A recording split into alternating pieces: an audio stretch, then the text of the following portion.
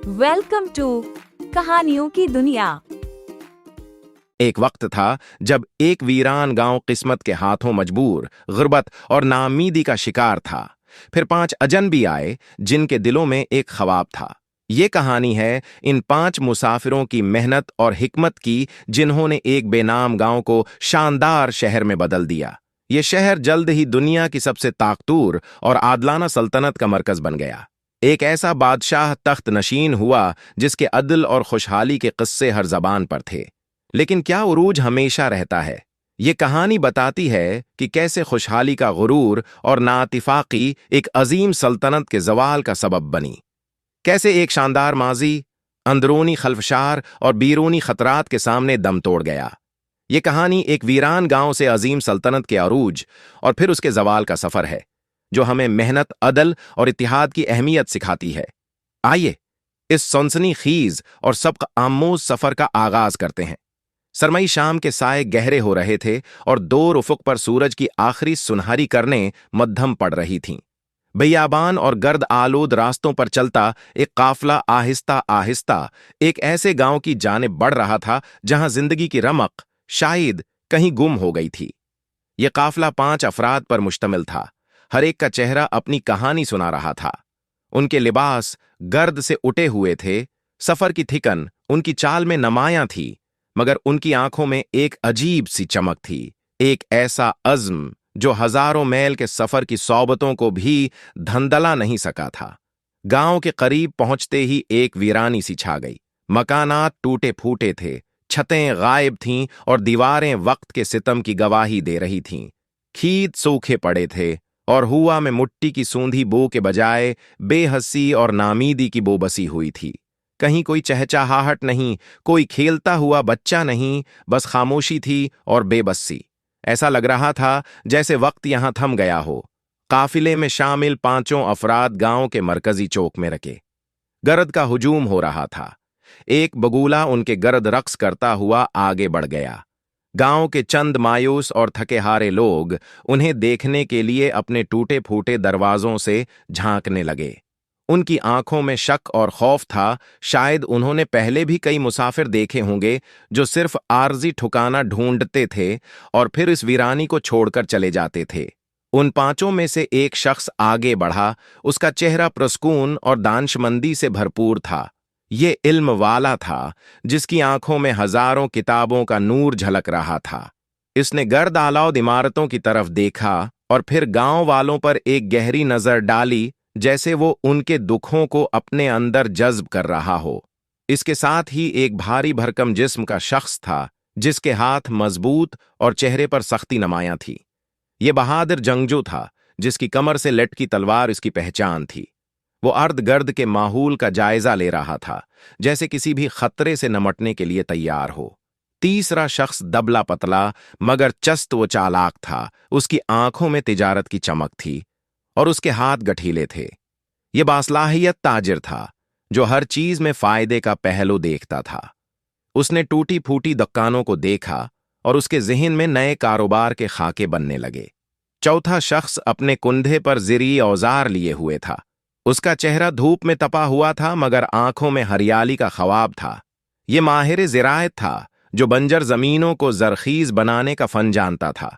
वो सूखे खेतों को देखकर अफसरदा हो रहा था, मगर उसके ज़हन में नए फसलों के मंसूबे तैयार हो रहे थे।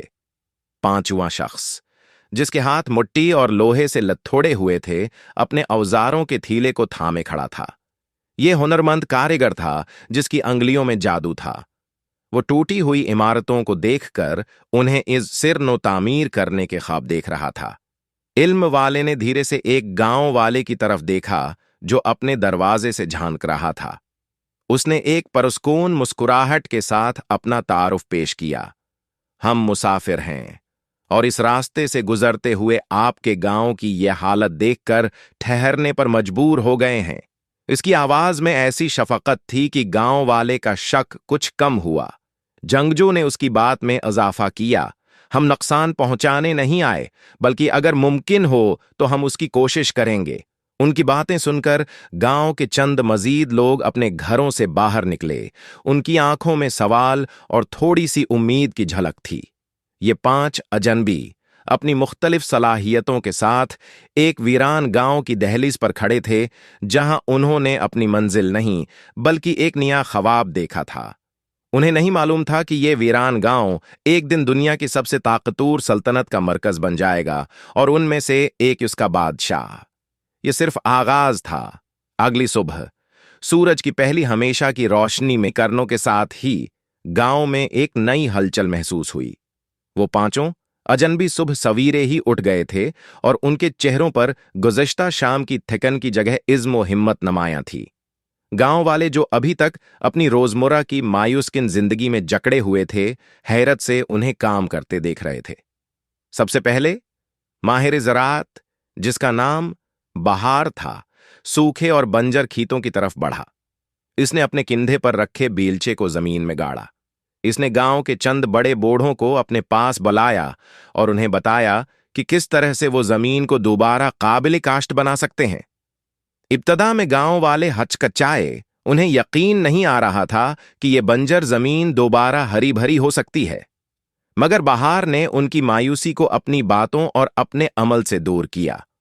वो खुद मिट्टी में मिट्टी हो गया, कनवे की मरम्मत की और पानी की नई नहरें खोदने की कोशिश की। उसकी मेहनत देखकर चंद नौजवान भी उसके साथ शामिल हो गए। इसी दौरान हुनरमंद कारीगर, जिसका नाम उमेर था, ने गांव के मरकजी चौक में मौजूद सबसे टूटे फूटे मकान का इंतखाब किया और अपने औजार निकाल लिए। वो धात और लकड़ी को जोड़ने का माहिर था। इसने गांव वालों से पुरानी लकड़ियां, टूटे हुए बर्तन और जन आलूद लोहा इकट्ठा करने को कहा। इसने हैरत अंगेज तौर पर उन बेकार चीज़ों से मजबूत और कारआमद औजार बनाना शुरू कर दिए। इसके काम की सफाई और सूरत देखकर गांव के चंद बच्चे भी इसके गिर्द जमा हो गए और फिर कुछ बड़े भी इसे हैरत से देखने लगे। उमेर ने उनकी मदद से एक छोटे से घर की छत को दुरुस्त किया और दरवाजे को नई शक्ल दी। बासलाहियत ताजिर कमाल ने अपनी तेज नज़रों से गांव के छोटे से बाजार का जायजा लिया, जो अब महज चंद टूटे फूटे थलों पर मुश्तमिल था। इसने अपनी जेब से चंद सिक्के निकाले और गांव वालों से कहा कि वो अपनी छोटी मोटी अशिया, हाँ वो हाथ से बनी हुई हूँ, कोई पुराना सामान ले आए। इसने उन्हें मामूली कीमत पर खरीदना शुरू किया और करीबी देहातों से आने वाले काफिलों को रोककर उनसे तबादला किया। इसकी चालाकी और बातचीत की महारत ने चंद ही घंटों में कुछ अशिया का तबादला मुमकिन बनाया और गांव वालों को पहली बार अपनी मेहनत का थोड़ा सा मुआवजा मिला। ये देखकर उनमें एक नई उम्मीद पैदा हुई। इल्म वाला दाना ने गांव के बच्चों को एक टूटे हुए मकान के साए में जमा किया और उन्हें कहानियां सुनाना शुरू की। इसकी आवाज़ में गहरा इल्म और सच्चाई थी और इसकी कहानियां न सिर्फ दिलचस्प थीं बल्कि सबक आमोज भी थी। इसने उन्हें हिसाब सिखाया और हुरूफ शनासी करवाई। इसकी बातों से गांव वालों के जहनों में इल्म की अहमियत का बीज बोया गया। वो उनके इख्तिलाफात को सुनता और हिकमत से उनके मसले हल करता। इसने गांव वालों के अंदर बाहमी एतमाद और भाईचारे की रूह फूंक दी। आखिर में बहादुर जंगजू तूफान, जो सबसे पहले अपनी तलवार की धाक बिठाने वाला था, गांव की हिफाजत का जायजा ले रहा था। इसने गांव के गिर्द और नवा में हिफाजती बंदोबस्त करना शुरू किया। इसने गांव के नौजवानों को सादा दिफाई तकनीक सिखाई और उन्हें बताया कि किस तरह अपनी और अपने गांव की हिफाजत की जा सकती है। इसकी मौजूदगी ने गांव वालों को एक नया एहसास तहफ़्फ़ुज़ दिया, ख़ास तौर पर रात। गांव वालों ने कभी सोचा भी नहीं था कि कोई अजनबी उनके लिए इस कदर मेहनत करेगा। इब्तिदाई हिचकिचाहट और शक आहिस्ता आहिस्ता एतमाद और मोहब्बत में बदल गया। शाम तक जब सूरज गुरूब हो रहा था तो गांव में एक नई आवाज़ सुनाई दे रही थी। लोगों के काम करने की आवाज़ें, बच्चों के हंसने की आवाज़ें और उम्मीद की एक मध्यम सरसराहट। वो 5 अजनबी अब सिर्फ मुसाफिर नहीं थे बल्कि गांव वालों के लिए उम्मीद की किरण बन चुके थे, जिन्होंने अपनी बेलौस मेहनत से एक सोए हुए गांव में जिंदगी की नई रूह फूंक दी थी। गांव की फिजा में अब ना सिर्फ मिट्टी की सूंधी बो थी बल्कि मेहनत, लगन और आने वाले बेहतर दिनों की महक भी शामिल हो गई थी। जूं जूं दिन गुजरते गए, वीरान गांव की किस्मत बदलने लगी। बेहार की मेहनत रंग लाई थी। सूखे खेतों में अब पानी की रगें दौड़ रही थी और बंजर जमीन से हरियाली फूट रही थी। पहली बार गांव वालों ने अपने खेतों में लहलहाती फसलें देखी। गंदम की बालियां हुआ में झूमती थी और सब्जियों के खेत जिंदगी से भरे हुए थे। ये सिर्फ फसलें नहीं थी, ये उम्मीद के नए बीज थे जो दिलों में भी उग रहे थे। गांवों के बच्चे अब खिले मैदानों में हंसते खेलते नजर आते और ख़वातीन के चेहरों पर भी खकन की जगह इत्मीनान की मुस्कुराहटें थी। उमैर, हुनरमंद कारीगर, ने गांव में एक छोटी सी वर्कशॉप कायम कर ली थी। इसने गांव वालों को सादा औजार बनाने सिखाए और उनकी मदद से कई टूटी फूटी चीज़ों को कारआमद बना दिया। पुराने लकड़ी के तख्ते खूबसूरत फर्नीचर में बदल गए और जन आलूद लोहा जरी आलात की शक्ल इख्तियार कर गया। उमैर ने गांव वालों को ये भी सिखाया कि किस तरह लकड़ी के नए दरवाजे और खिड़कियां बनाकर अपने घरों को मजबूत और खूबसूरत बनाया जाए। गांव के मकानात अब टूटे फूटे नहीं रहे थे, बल्कि एक नए रूप में जगमगा रहे थे। कमाल बासलाहियत ताजिर ने गांव के मरकज में एक छोटी सी मंडी की बुनियाद रखी। इसने गांव की ताज़ा सब्जियों, उमैर के बनाए हुए औजारों और हाथ से बनी हुई चीज़ों को जमा किया। अपनी जहानत और बातचीत की महारत से इसने करीबी देहातों और कस्बों से आने वाले ताजिरों को अपनी तरफ राग़िब किया। शुरू में वो हैरान होते कि इस वीरान गांव में ऐसी खुशहाली कहाँ से आ गई, मगर कमाल की कारोबारी सलाहियत ने उन्हें जल्द ही कायल कर लिया। देखते ही देखते ये छोटी सी मंडी एक तिजारती मरकज़ में तब्दील हो गई। दूर दूर से लोग गांव की बनी अशिया खरीदने और यहां अपना सामान बेचने आने लगे। गांव का नाम खुशहाल गांव के तौर पर मशहूर हो रहा था। दाना इल्म वाला ने गांव में एक छोटा सा स्कूल खोल लिया था। बच्चे और बड़े दोनों उसके पास इल्म हासिल करने आते थे। वो उन्हें न सिर्फ पढ़ना लिखना सिखाता बल्कि उन्हें इखलाकी अक़दार और बाहमी एहतराम की तालीम भी देता था। गांव में तनाज़ात कम होते जा रहे थे और लोग एक दूसरे के साथ ज़्यादा मोहब्बत और हम आहंगी से रहते थे। दाना ने उन्हें यह भी सिखाया कि किस तरह अपने मसाइल को आपस में बैठकर हल किया जाए, जिससे अमन व अमान की फ़िज़ा मज़ीद मजबूत हुई।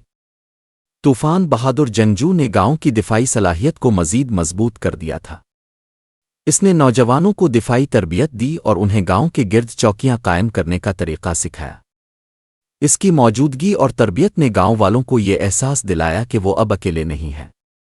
किसी भी मुमकिना खतरे से निमटने के लिए गांव की एक छोटी सी मगर मुनज़्ज़म फ़ौज तैयार थी, जिसकी वजह से रातों को भी लोग पुरसुकून नींद सोते थे।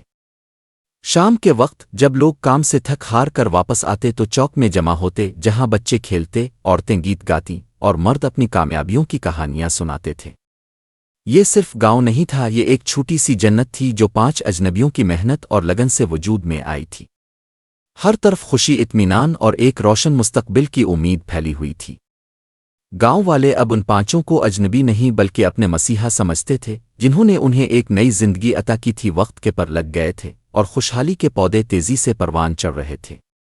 वो छोटा सा खुशहाल गांव अब महज एक गांव नहीं रहा था, बल्कि एक पर रौनक और वसी शहर की शक्ल इख्तियार कर चुका था। हर तरफ नई इमारतें सर उठा रही थीं, जिनकी दीवारों से उमैर की कारीगरी और दाना की हिकमत का अक्स झलकता था। गलियां चौड़ी और साफ सुथरी थीं और बाजारों में दिन रात गहमा गहमी रहती थी। कमाल, जो अब एक कामयाब ताजिर के तौर पर अपनी पहचान बना चुका था, ने शहर के क़ल्ब में एक अजीम अलशान मंडी कायम कर दी थी। ये मंडी अब सिर्फ करीबी देहातों तक महदूद नहीं थी, बल्कि समंदर पार से आने वाले काफ़िले और ऊँटों की कतारें भी यहाँ का रुख करतीं। शहर की बनी हुई अशिया, ख़ास तौर पर बिहार के खेतों से निकलने वाली आला मेयार की पैदावार और उमैर के दस्तकारी के शाहकार दूर दराज मुल्कों में मशहूर हो चुके थे। मसाले, रेशम, धातें और कीमती पत्थर अब इस शहर की मंडी में खरीदे और बेचे जाते थे। कमाल ने जहानत से नए तिजारती रास्ते खोले और दूसरे शहरों के साथ मजबूत तिजारती ताल्लुकात कायम किए। शहर का नाम अब दीराल हिकमत अशहरन तिजारत के नाम से पुकारा जाने लगा। दाना, जो अब शहर का सबसे मोतबर आलम था, ने एक बड़ी तालीमी दरसगाह कायम की थी, जहां से इल्म और हिकमत का नूर चारों अतराफ फैल रहा था। यहाँ सिर्फ बच्चे ही नहीं बल्कि मुख्तलिफ उलूम के मुतलाशी बड़े भी तालीम हासिल करने आते थे। इसने एक ऐसा अदालती निज़ाम कायम किया था जहां इंसाफ तेज़ी और गैर जानिबदारी से फराहम किया जाता था। शहर में अमन व अमान मिसाली था और लोग एक दूसरे पर मुकम्मल भरोसा करते थे। दाना की तालीमात ने शहर को सिर्फ माशी तौर पर ही मजबूत नहीं किया था, बल्कि इखलाकी और फ़िक्री तौर पर भी इसे बुलंद मकाम पर पहुंचा दिया था। بہار جو اب ایک تجربہ کار زرعی ماہر تھا نے شہر کے گرد و نواح میں نہ صرف فصلوں کو بہتر بنایا تھے شہر عظیم کی خوشحالی اور اس کی بڑھتی ہوئی شہرت نے جہاں اسے دوستیاں دیں وہیں کچھ علاقوں کی میلی نظریں بھی اس پر پڑنے لگیں قریبی چھوٹی ریاستیں جو اس شہر کی ترقی سے حسد کرتی تھیں اب پھر وہ ڈاکو گروہ جو تجارت کے راستوں کو لوٹ کر اپنی گزر بسر کرتے تھے اب شہر کے لیے خطرہ بننے لگے ان حالات میں طوفان جو اب شہر کا منظم سپہ سالار تھا نے اپنی قیادت میں ایک شاندار اور تربیت یافتہ فوج تشکیل دی تھی یہ فوج صرف لڑنے کے لیے نہیں تھی بلکہ نظم و ضبط اخلاقیات اور حکمت عملی کی عمدہ مثال تھی پہلا بڑا چیلنج ایک ایسی ریاست سے آیا جو اپنی فوجی طاقت پر نازاں تھی اور شہر کے تجارتی قافلوں کو لوٹنے کی کوشش کرتی تھی طوفان نے دانا کی حکمت اور کمال کی مالی معاونت سے ایک بہترین جنگی منصوبہ تیار کیا یہ صرف طاقت کا مقابلہ نہیں تھا بلکہ ذہانت کا بھی امتحان تھا شہر کی فوج نے دشمن کو حیران کن حکمت عملی سے گھیر لیا فتح کے بعد طوفان نے اپنی فوج کو لوٹ مار سے سختی سے روکا اس نے مفتوحہ شہر کے عوام سے عدل کا وعدہ کیا اور ان کے حقوق کا احترام کیا دانا نے فوری طور پر وہاں ایک عادلانہ نظام قائم کیا کمال نے تجارت کے نئے مواقع کھولے اور بہار نے ان کی بنجر زمینوں کو سیراب کرنے کے منصوبے بنائے یہ کوئی جبر کی فتح نہیں تھی بلکہ عدل اور ترقی کی فتح تھی جس نے مفتوحہ عوام کے دل جیت لیے اس فتح کے بعد ایک اور چھوٹی ریاست نے مزاحمت کی اس بار طوفان نے فوج کو مزید مضبوط کیا اور انہیں جدید جنگی تکنیکوں سے آراستہ کیا جنگوں کا سلسلہ شروع ہوا مگر ہر فتح کے بعد شہر عظیم کی قیادت نے مفتوحہ علاقوں کو اپنے ساتھ جوڑا ان علاقوں کے لوگوں کو یہ احساس دلایا گیا کہ وہ اب ایک بڑی اور خوشحال سلطنت کا حصہ ہے انہیں ترقی کے مواقع فراہم کیے گئے ان کے بچوں کو دانا کی درسگاہوں میں تعلیم دی گئی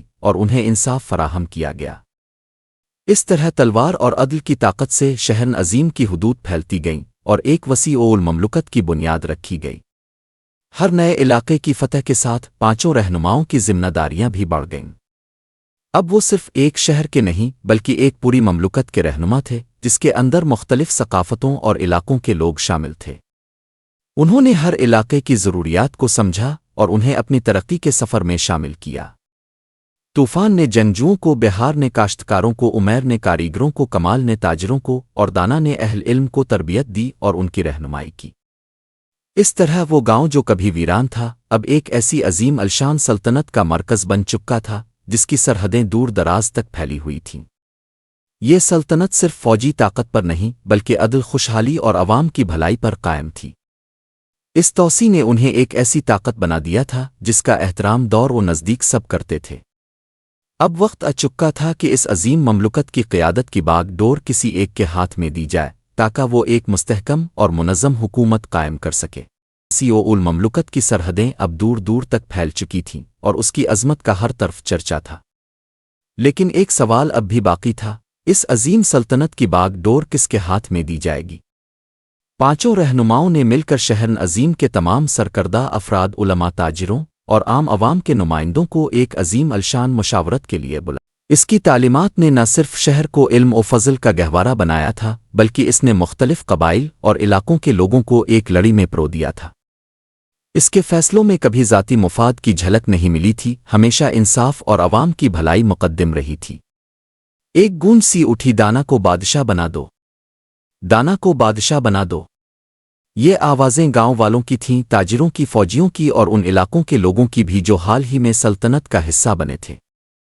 چاروں رہنماؤں بہار عمیر کمال اور طوفان نے بھی دانا کے نام کی تائید کی اور یوں متفقہ طور پر دانا کو اس عظیم سلطنت کا پہلا بادشاہ منتخب کر لیا گیا ایک شاندار تاج پوشی کی تقریب منعقد کی گئی شہر عظیم کو دلہن کی طرح سجایا گیا تھا رنگ برنگے پرچم فصیلوں پر لہرا رہے تھے اور سڑکوں پر پھول بکھیر دیے گئے تھے دور دراز کے ملکوں سے سفیر تاجر اور بادشاہ بھی اس تاریخی موقع کے گواہ بنے آئے تھے دانا کو ایک قیمتی لباس پہنایا گیا اور اس کے سر پر ایک شاہی تاج رکھا گیا اس لمحے اس کے چہرے پر عاجزی اور ذمہ داری کا احساس نمایاں تھا اس نے عوام سے عہد کیا کہ وہ ہمیشہ ان کے عدل فلاح اور ترقی کے لیے کام کرے گا اس نے یہ بھی اعلان کیا کہ اس کے چاروں ساتھی بہار عمیر کمال اور طوفان سلطنت کے اہم ترین عہدوں پر فائز رہیں گے اور اس کے دست و بازو بنیں گے تخت نشین ہونے کے بعد بادشاہ دانا نے سلطنت کو مزید مضبوط کرنے کے لیے ایک اور اہم قدم اٹھایا۔ اس نے ایک پڑوسی مضبوط مملکت سلطنت گلستان کی خوبصورت اور ذہین شہزادی سارا سے شادی کا فیصلہ کیا۔ یہ شادی صرف ایک رواج نہیں تھی بلکہ دو عظیم سلطنتوں کے درمیان اتحاد اور دوستی کا ایک اہم معاہدہ تھا۔ شہزادی سارا کی آمد پر شہر میں جشن کا سما تھا۔ شہر عظیم اور سلطنت گلستان کے درمیان دیرینہ رقابتیں دوستی میں بدل گئیں اور دونوں مملکتوں کے درمیان تجارت اور ثقافتی تبادلے کو فروغ ملا۔ شہزادی سارا اپنی ذہانت اور نیکی کی وجہ سے جلد ہی عوام میں مقبول ہو گئیں اور بادشاہ دانا کے لیے ایک بہترین ہم سفر ثابت ہوئیں۔ اس شادی نے بادشاہ دانا کی ذاتی زندگی کو بھی استحکام بخشا اور سلطنت کو ایک نئی مضبوطی عطا کی۔ اب سلطنت عظیم نہ صرف اندرونی طور پر مستحکم تھی بلکہ اس کے بیرونی تعلقات بھی انتہائی مضبوط ہو چکے تھے۔ ایک ویران گاؤں سے شروع ہونے والا یہ سفر اب ایک عظیم الشان سلطنت کے بادشاہ اور اس کی ملکہ کی صورت میں اپنے عروج پر پہنچ رہا تھا۔ بادشاہ دانا کی حکمرانی کا دور مملکت کے لیے سنہری دور ثابت ہوا۔ اس کی حکمت انصاف اور دور اندیشی نے سلطنت کو ایسی بلندیوں پر پہنچا دیا جہاں پہنچنے کا کسی نے سوچا بھی نہیں تھا۔ شہر عظیم جو کبھی ایک ویران گاؤں تھا اب دنیا کا سب سے طاقتور، خوشحال اور مہذب شہر بن چکا تھا۔ اس کی شہرت صرف اس کی فوجی طاقت اور معاشی ترقی کی وجہ سے نہیں تھی بلکہ اس کے عادلانہ نظام حکمرانی اور علمی مرکز ہونے کی وجہ سے بھی تھی۔ تجارت کے میدان میں کمال کی بصیرت نے سلطنت کو عالمی سطح پر لا کھڑا کیا۔ شہر کی منڈیاں اب دنیا کی سب سے بڑی اور مصروف ترین منڈیاں تھیں۔ ریشم روڈ اور سمندری راستوں پر سلطنت کا تسلط تھا اور ہر طرف سے قافلے اور بحری جہاز یہاں کا رخ کرتے تھے۔ سلطنت کی اپنی بندرگاہیں تھیں جہاں سے تجارتی بیڑے دوسرے بر اعظموں تک سفر کرتے۔ قیمتی مسالے، نایاب پتھر، بہترین دھاتیں اور اعلیٰ معیار کی دستکاری کی اشیاء سلطنت کی معیشت کی ریڑھ کی ہڈی بن چکی تھیں۔ لوگ کہا کرتے تھے کہ اگر تم نے دنیا کی کوئی نادر چیز دیکھنی ہے تو شہر عظیم آ جاؤ۔ فوجی طاقت کے لحاظ سے طوفان کی قیادت میں سلطنت کی فوج ناقابل تسخیر بن چکی تھی۔ یہ فوج صرف تعداد میں زیادہ نہیں تھی بلکہ تربیت، نظم و ضبط اور جدید ترین ہتھیاروں سے لیس تھی۔ طوفان نے دفاعی حکمت عملیوں کو اس قدر بہتر کیا تھا کہ کوئی دشمن سلطنت کی سرحدوں کے قریب آنے کی جرت نہیں کرتا تھا۔ اس فوج کا مقصد صرف تسلط قائم کرنا نہیں تھا بلکہ امن و امان کو برقرار رکھنا اور مظلوموں کی مدد کرنا بھی تھا۔ جب کبھی کسی دور دراز علاقے میں ظلم ہوتا تو بادشاہ دانا کی فوج انصاف کے لیے پہنچ جاتی۔ دانا نے صرف بادشاہت ہی نہیں کی تھی بلکہ علم اور تحقیق کو بھی فروغ دیا تھا۔ اس کی قائم کردہ درسگاہیں، لائبریریاں اور تحقیقی مراکز دنیا بھر کے علماء، فلسفیوں اور سائنسدانوں کے لیے قبلہ بن چکے تھے۔ نئے علوم ایجاد کیے گئے، پرانے علم کو محفوظ کیا گیا اور دنیا کی تمام زبانوں کی کتابوں کا ترجمہ کیا گیا۔ یہاں سے سیکھنے والے طلباء دنیا بھر میں گئے اور علم کی روشنی پھیلائی۔ شہر عظیم کو اب علم کا گہوارہ بھی کہا جانے لگا۔ عدل و انصاف کے معاملے میں بادشاہ دانا کی حکمرانی مثال بن چکی تھی۔ اس نے ایک ایسا عدالتی نظام قائم کیا تھا جہاں امیر اور غریب، طاقتور اور کمزور سب کے لیے ایک ہی قانون تھا۔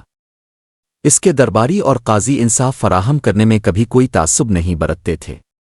بادشاہ خود بھی عام لوگوں کی شکایات سنتا تھا اور فوری انصاف فراہم کرتا تھا۔ اس کی انصاف پسندی کے قصے دور دور تک مشہور تھے اور لوگ اسے عادل بادشاہ کے نام سے یاد کرتے تھے۔ بہار کی زرعی اصلاحات نے سلطنت کو غذائی طور پر خود کفیل بنا دیا تھا۔ نئے زرعی طریقے اور آبپاشی کے جدید نظام نے زمین کی پیداواری صلاحیت کو کئی گنا بڑھا دیا تھا۔ سلطنت میں کبھی قحط بھوک نہیں آئی اور وہ دوسرے ممالک کو بھی غذائی اجناس فراہم کرتی تھی۔ ملکہ سارا نے بھی بادشاہ دانا کے شانہ بشانہ کام کیا۔ اس نے خواتین کی تعلیم اور فلاح و بہبود کے لیے کئی منصوبے شروع کیے اور سلطنت کے ثقافتی ورثے کو فروغ دیا۔ ان دونوں کی جوڑی نے سلطنت کو نہ صرف سیاسی بلکہ سماجی طور پر بھی مضبوط کیا۔ غرض بادشاہ دانا کی قیادت میں سلطنت عظیم ایک ایسا درخشاں ستارہ بن چکی تھی جو پوری دنیا میں اپنی روشنی بکھیر رہا تھا۔ لوگ اس مملکت کا حصہ بننے پر فخر محسوس کرتے تھے اور اس کی عظمت کی مثالیں آج بھی دی جاتی ہیں۔ یہ وہ وقت تھا جب بادشاہ دانا کی حکمرانی اپنے عروج پر تھی اور ہر طرف خوشحالی، امن اور اطمینان کا دورہ تھا۔ بادشاہ دانا کی حکمرانی کا سنہری دور کئی دہائیوں تک جاری رہا۔ لیکن ہر عروج کو زوال ہوتا ہے اور یہ حقیقت عظیم سلطنت پر بھی صادق آئی۔ آہستہ آہستہ وقت کے ساتھ وہ بنیادی اصول جو سلطنت کی طاقت اور عظمت کی بنیاد تھے ان پر گرد پڑنے لگی۔ بادشاہ دانا خود اب عمر رسیدہ ہو چکا تھا، اس کے بالوں میں چاندی چمک رہی تھی اور کندھوں میں وہ سابقہ پھرتی نہیں رہی تھی۔ اگرچہ اس کی حکمت اور انصاف پسندی آج بھی برقرار تھی، مگر اب وہ سلطنت کے ہر چھوٹے بڑے معاملے پر پہلے جیسی سختی اور توجہ نہیں دے سکتا تھا۔ اس نے اپنے فرائض اپنے بیٹوں اور درباریوں کے سپرد کر دیے تھے، مگر افسوس، اقتدار کا نشہ اور حد سے زیادہ خوشحالی اس کے بعد آنے والی نسل کو دیمک کی طرح چاٹنے لگی تھی۔ بادشاہ دانا کے بیٹے اور کئی اہم درباری جو کبھی سادگی اور محنت کے قائل تھے، اب عیش و عشرت میں ڈوبتے جا رہے تھے۔ انہیں یہ بھولتا جا رہا تھا کہ یہ سلطنت کتنی قربانیوں اور کتنی سخت محنت سے بنی ہے۔ سونے کے محلات، مہنگی شرابیں اور رنگین محفلیں ان کا اونا بچھونا بن چکی تھیں۔ ان کے اندر خود پسندی اور غرور پیدا ہو گیا تھا جس نے انہیں عوام سے دور کر دیا۔ انصاف کے فیصلے اب اتنی تیزی اور دیانتداری سے نہیں ہوتے تھے جتنی تیزی سے بادشاہ دانا خود کیا کرتا تھا۔ درباریوں میں بدعنوانی اور سفارش عام ہونے لگی تھی، غریبوں کی شنوائی کم ہوتی جا رہی تھی اور طاقتور لوگ اپنے اثر و رسوخ کا ناجائز استعمال کرتے تھے۔ وہ نظام جو کبھی عدل کی مثال تھا اب کمزور پڑنے لگا تھا۔ شہر میں جگہ جگہ ناانصافی کی آوازیں سنائی دینے لگیں جو پہلے کبھی نہیں سنائی دیتی تھیں، جنہیں اس نے خود تربیت دی تھی۔ اندرونی طور پر شاہی خاندان میں بھی نااتفاقی اور اقتدار کی ہوس پیدا ہو چکی تھی۔ بادشاہ کے بیٹے آپس میں ایک دوسرے سے آگے نکلنے کی کوشش میں تھے اور اس کشمکش نے سلطنت کی بنیادوں کو کھوکھلا کرنا شروع کر دیا۔ بہار عمیر کمال اور طوفان کی اولادیں بھی اپنے آباؤ اجداد کی طرح دیانتدار اور مخلص نہیں رہی تھیں۔ وہ اپنے مناصب کو ذاتی مفاد کے لیے استعمال کرنے لگی تھیں۔ تجارتی راستوں پر دوبارہ ڈاکوؤں کے حملے شروع ہو گئے تھے کیونکہ طوفان کے بعد فوج میں وہ سابقہ نظم و ضبط باقی نہیں رہا تھا۔ علم کے مراکز میں بھی جمود آنے لگا تھا اور نئی ایجادات کی بجائے پرانے علم کی تکرار ہونے لگی تھی۔ باہر کی دنیا جو کبھی اس سلطنت سے خوفزدہ رہتی تھی اب اس کی کمزوریاں تلاش کرنے لگی تھی۔ سلطنت کی عظمت اب بھی ظاہری طور پر برقرار تھی مگر اندر ہی اندر زوال کی بنیاد پڑ چکی تھی۔ یہ وہ لمحہ تھا جب سلطنت کا سورج جو کبھی پورے آب و تاب سے چمکتا تھا اب آہستہ آہستہ ڈھلنا شروع ہو گیا تھا۔ زوال کی دیمک نے سلطنت کی بنیادوں کو بری طرح کھوکھلا کر دیا تھا اور اب اس کا اختتام قریب تھا۔ بادشاہ دانا جو کبھی قوت اور حکمت کا پہاڑ تھا اب اپنے آخری ایام گن رہا تھا۔ اس کا جسم کمزور پڑ چکا تھا اور وہ اکثر بستر پر رہتا۔ اس کی آنکھوں میں اب بھی وہی چمک تھی مگر اس میں اپنی سلطنت کے مستقبل کی فکر اور اپنے بیٹوں کی نااہلی پر دکھ نمایا تھا۔ اس نے آخری کوشش کی کہ اپنے بیٹوں کو دوبارہ اتحاد اور انصاف کی راہ پر لائے مگر ان کی حوص اقتدار اس قدر بڑھ چکی تھی کہ باپ کی نصیحتیں بھی بیکار تھیں۔ ایک سرد شام جب سورج غمگین بادلوں کے پیچھے چھپ رہا تھا بادشاہ دانا نے بستر مرگ پر آخری سانسیں لیں۔ اس کی وفات کی خبر بجلی کی طرح پوری سلطنت میں پھیل گئی اور اس کے ساتھ ہی وہ تمام پردے اٹھ گئے جو اندرونی خلفشار کو چھپائے ہوئے تھے۔ بادشاہ دانا کی موت کے ساتھ ہی سلطنت میں شدید افراتفری اور خانہ جنگی شروع ہو گئی۔ اس کے بیٹوں جو پہلے ہی ایک دوسرے کے خلاف سازشوں میں مصروف تھے نے تخت نشینی کے لیے ایک دوسرے پر حملہ کر دیا۔ شاہی محل میدان جنگ بن گیا اور شہر کی گلیاں خون سے رنگین ہو گئیں۔ وہ فوج جو کبھی ناقابل تسخیر سمجھی جاتی تھی اب آپس میں لڑنے لگی تھی اور اس کی طاقت ٹکڑوں میں بچ چکی تھی۔ اندرونی خانہ جنگی کا فائدہ اٹھاتے ہوئے وہ پڑوسی ممالک اور چھوٹی ریاستیں جنہیں بادشاہ دانا نے کبھی فتح کیا تھا اب آزادی حاصل کرنے کے لیے بغاوتوں پر اتر آئیں۔ انہوں نے دیکھا کہ شیر اب بوڑھا اور کمزور ہو چکا ہے اور اس کے بچے آپس میں دست و گریبان ہیں۔ سرحدی علاقوں میں بغاوتیں زور پکڑ گئیں اور ایک کے بعد ایک علاقہ سلطنت کے قبضے سے نکلتا چلا گیا۔ شہر عظیم جو کبھی عالمی طاقت کا مرکز اور علم و عدل کا گہوارہ تھا اب فساد اور تباہی کا شکار ہو گیا۔ بازار سنسان ہو گئے، درسگاہوں میں خاموشی چھا گئی اور انصاف کے ایوانوں پر تالے پڑ گئے۔ لوگ بھوک اور خوف کا شکار ہو گئے اور جوک در جوک شہر چھوڑ کر جانے لگے۔ وہ خوبصورت عمارتیں جو کبھی اس شہر کی شان تھیں اب جنگ کے شعلوں اور لاپرواہی کی وجہ سے خستہ حال ہو رہی تھیں۔ बिलाखिर जब सल्तनत अंदर से मुकम्मल तौर पर कमज़ोर हो चुकी थी, एक ताकतवर और बेरहम दुश्मन सल्तनत जो अरसा दराज से इसकी अज़मत से हसद करती थी ने बड़े पैमाने पर हमला कर दिया। शहर अजीम की बाकी मानदा फ़ौज ने भरपूर मुकाबला किया, मगर अंदरूनी इख्तिलाफ़ात और बेसरोसामानी की वजह से वो ज़्यादा देर तक न ठहर सकी। दुश्मन ने शहर को घेरे में ले लिया, फसीलें तोड़ दें और शहर पर कब्ज़ा कर लिया। जंग के बाद शहर अजीम को बुरी तरह लूटा गया, इमारतें मिस्मार की गईं और इल्म की किताबें जला दी गईं। जो लोग बच गए थे उन्हें गुलाम बना लिया गया। अब वो दरबदर की ठोकरें खाने पर मजबूर हुए।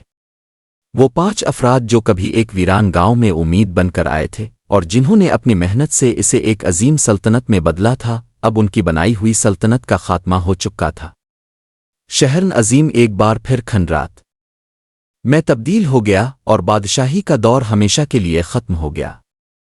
इसकी जगह अब एक नया जालिम हुक्मरान था और कहानी एक नए अलमनाक बाब का आगाज़ थी। कहानी का नतीजा, ज़वाल क्यों आया?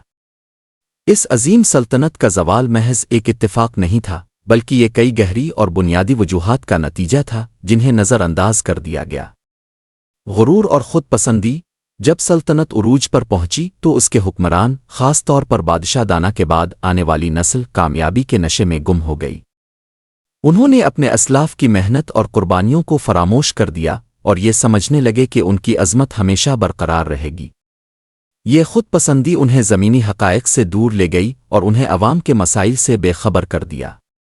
ऐश व इशरत और हुक्मरानी में कमज़ोरी, खुशहाली ने हुक्मरानों और दरबारियों को ऐश व इशरत और काहली का आदी बना दिया। वो हुकूमती उमूर में पहले जैसी मेहनत, तवज्जो और दियानतदारी नहीं दिखा पाए। इंसाफ के फैसले कमज़ोर पड़ गए, बदउनवानी आम हो गई और अवाम की फलाह व बहबूद पस पुश्त चली गई। ये नाअहली और सस्ती सल्तनत की इंतज़ामी मशीनरी को मफलूज कर गई। अंदरूनी खलफिशार और नाइत्तिफाक़ी, शाही ख़ानदान में इक़्तिदार की हवस और शदीद नाइत्तिफाक़ी पैदा हो गई। बादशाह दाना की वफ़ात के बाद उसके बेटों के दरमियान तख्त नशीनी के लिए होने वाली खाना जंगी ने सल्तनत को अंदर से मुकम्मल तौर पर तोड़ दिया। दुश्मनों को हमला करने के लिए किसी बैरूनी ताकत की ज़रूरत नहीं थी, सल्तनत खुद ही अपने आप को तबाह कर रही थी। बुनियादी उसूलों से इन्हिराफ, वो उसूल जिन पर सल्तनत की बुनियाद रखी गई थी, अदल, मेहनत, दियानतदारी और अवाम की फलाह को भला दिया गया। जब हुक्मरान अपने अवाम को इंसाफ फराहम करने में नाकाम हो जाएं और सिर्फ ज़ाती मुफाद के लिए काम करें, तो अवाम का एतमाद टूट जाता है और वफ़ादारी ख़त्म हो जाती है। निज़ाम का कमज़ोर पड़ जाना इस ज़वाल का सबसे बड़ा मुहर्रिक था। बैरूनी ख़तरात से गफलत। जब अंदरूनी तौर पर सल्तनत कमज़ोर हो गई तो बैरूनी ताकतों ने इसे मौका जानकर हमला कर दिया। चूँकि फ़ौज अंदरूनी जंगों में उलझी हुई थी और उसकी क़यादत में कमज़ोरी आ चुकी थी, इसलिए वो उन हमलों का मुअस्सिर तरीक़े से मुकाबला नहीं कर पाई। दिफाई कमज़ोरी बैरूनी हमलों का बाइस बनी। इस कहानी का नतीजा ये पैगाम देता है कि किसी भी उरूज को बरकरार रखने के लिए मुस्तकिल मेहनत, इंसाफ और बाहमी इत्तिफ़ाक़ ज़रूरी है।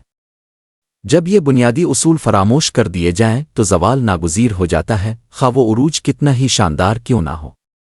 तारीख़ गवाह है कि जब हुक्मरान अपनी ज़िम्मेदारियों से गाफिल हो जाते हैं और अवाम को भूल जाते हैं, तो फिर कोई भी ताकत उन्हें तबाही से नहीं बचा सकती।